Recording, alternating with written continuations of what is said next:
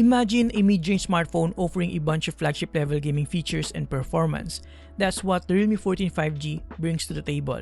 It features a highly capable Snapdragon 6 Gen 4 5G processor with up to 26GB of RAM thanks to its improved RAM booster, taking advantage of the available space from the substantial 256GB of internal storage. It also features a massive 6000 mAh battery with bypass charging support for longer gaming sessions while maintaining a pretty good thermal performance, partnered with a vapor chamber cooling system.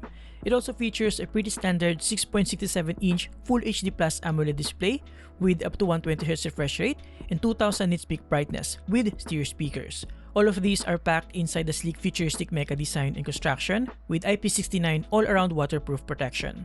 As usual in this video, I'll share with you 5 reasons why you should consider the Realme 14 5G and a few drawbacks that you need to keep in mind before getting one. With that being said, let's get into it.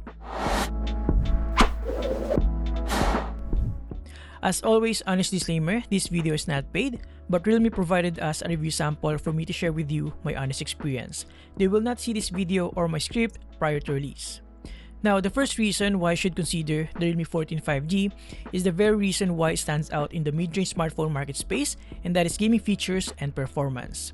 Realme is one of those brands that takes mobile gaming very seriously, packing their smartphones not only with capable hardware inside, but also a bunch of software features that could provide you with some sort of competitive advantage. Features that are good enough for most esports titles without necessarily having to break the bank, let's say compared to a glorified gaming phone. For starters, the Realme 14 5G features a Snapdragon 6 Gen 4 5G processor, which is substantial enough for most competitive games like Mobile Legends, Honor of Kings, Call of Duty, and even some graphics-intensive games like Genshin Impact and Wuthering Waves. More on this later. Second, it also offers a bunch of gaming-centric software features, and it even taps on some AI capabilities like the GT Boost. Now, inside the familiar gaming assistant feature, we have the 3 different power modes, including the GT mode for maximum performance. It improves the screen refresh rate and touch response amongst others. Aside from that, as I alluded to earlier, we have a bunch of tools here, like Game Focus for a distraction-free gaming session, things like motion control for a different experience, AI eye comfort, breathing light effect for the ring light at the back, more on that in a minute, Geek power tuning for manual control over the CPU and GPU, which is pretty interesting for a mid-range phone, bypass charging for longer gaming sessions while maintaining good thermal performance, network optimization for lag-free gaming, which I find really helpful, especially on my setup with lots of interference. We also have touch optimization, voice changer, and my favorite, system stats overlay, which you won't have even on more expensive smartphones out in the market. Now, when launching games, you'll get the GT Boost boot up animation, and if enabled, the LED ring at the back will also light up. While completely unnecessary, it definitely adds to the overall experience. Now, it can also recognize button layout and will automatically improve the touch response amongst other highly appreciated gaming features on this phone. Those are cool and all, but how about the actual performance? Well, it's definitely not a slouch, more than capable especially for esports titles. In Mobile Legends, ultra settings are available, and I'm happy to report that it supports the maximum 120fps frame rate on this game, and as you can tell, it's right around that range even during clashes and ultimates. The touch response also feels snappy and accurate. I never experienced any significant lag, hiccup, or frame drops. It's a pretty smooth gaming experience overall. Now, the same can be said in Honor of Kings. We're also getting that maximum 120fps frame rate, and you'll have to see that in a mid-range smartphone like this. I mean, not all 120Hz phones support 120fps in these games. Some have software or optimization limits, so having that here with the Realme 14 5G feels really good. However, developer support is also another thing to consider. For example, here in Call of Duty Mobile, the maximum frame rate supported is 90fps, which is still pretty decent. You'll have to set the graphics quality to low though to be able to set the frame rate to ultra, otherwise you'll have to settle with 60fps if you choose better graphics. Nevertheless, the gaming experience is really nice, smooth, lag and frame drop free, and I can honestly game on this even in competitive matches. Now, the same can be said in Real Racing 3. Developer support for the Realme 14 5G is lacking here, limiting the frame rate only to 60fps, while the game itself should support up to 120fps. Still, the gaming experience is pretty smooth overall. Now, in a more graphics-intensive game like the Wuthering Waves, the default setting is set to balanced, but even if I bump this to the maximum quality and frame rate, we're still getting around 40 plus FPS, which is pretty decent I would say. The same can be said in Genshin Impact. The default setting is set to lowest, and with that, we're getting around 50 to 60 FPS, which is good, but if you want to enjoy a little bit of image quality, you can bump it to medium and still get around 40 plus FPS, which again is decent enough for its price. Overall, mobile gaming is definitely one of its selling points and it does a decent job at that. Now, the second reason why you should consider the Realme 14 5G is its overall performance, not just for gaming but also for day-to-day tasks.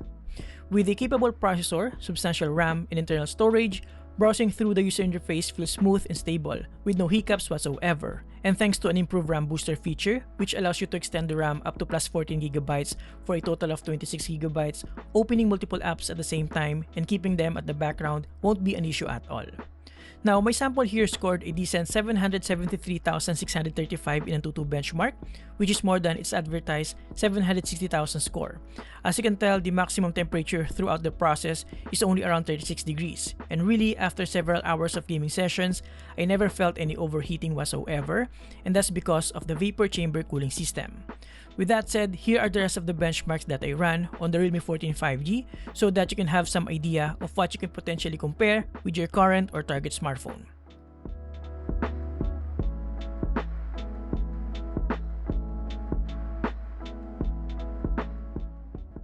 Now, the third reason why you should consider the Realme 14 5G is its outstanding battery life. With the substantial 6,000 mAh battery, the Realme 14 5G lasted around 18 hours on my usual PC Mark Work 3.0 battery life benchmark with 50% brightness and volume level. That is good enough to last you an entire day or two and a few hours of continuous gaming session. And if that's not enough, you can safely plug it in and take advantage of the bypass charging support without compromising thermal performance and battery lifespan. And with 45 watts SuperVOOC charging, I was able to charge it from 10% to 100% in just over an hour, which is pretty decent for a massive 6,000 mAh of battery. Now, the fourth reason why you should consider the Realme 14 5G is its decent display and stereo speakers. It features a 6.67-inch Full HD Plus AMOLED display with up to 120Hz refresh rate, up to 180Hz touch sampling rate, and 2000 nits peak brightness with a decent screen-to-body ratio of 92.7%. The image quality, as you can see, is fairly decent with good colors and viewing angles, decent contrast, and deep blacks, though the brightness could have been better. It also features stereo speakers with up to 300% volume boost. And here's a quick sound test for you guys.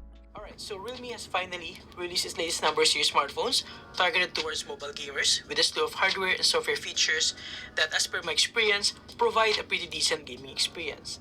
They just released the Realme 13 5G, which is what we have here, and the Realme 13 Plus 5G.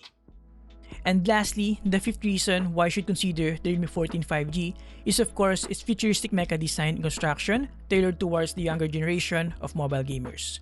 Inspired by the mecha design from sci-fi movies, it features polygonal lines with orange accent and a silver colorway that shines dynamically depending on the angle and lighting. By the way, there are two more variants of the Realme 14 5G, the Storm Titanium and the Warrior Pink, but this Mecha Silver is undoubtedly the most flashy. Now, looking around on the left side, you'll see that it features flat sides, chamfered edges, and curved corners. And then on the other side, we have the volume rocker and the power button with an orange accent. Up top, we have the secondary microphone, and then at the bottom, we have the primary speaker, the USB Type-C port, the primary microphone, and the SIM card tray. Now, those are the main 5 reasons why you should consider the Realme 14 5G. But how about the things that you need to keep in mind before getting one? Well, for starters, looking at the camera module at the back, it looks like we have a couple of cameras, right? However, in reality, we only have one usable camera here, a 50 megapixel main camera with optical image stabilization. The other one is just a depth sensor, and in terms of the front-facing camera, we have a 16 megapixel selfie camera with a Sony IMX480 sensor. Now, while mobile photography isn't the primary selling point of the Realme 14 5G, I'm still quite impressed by the image quality of the 50 megapixel main camera. So we have 3 focal lengths here, 27mm, 54mm, and 135mm.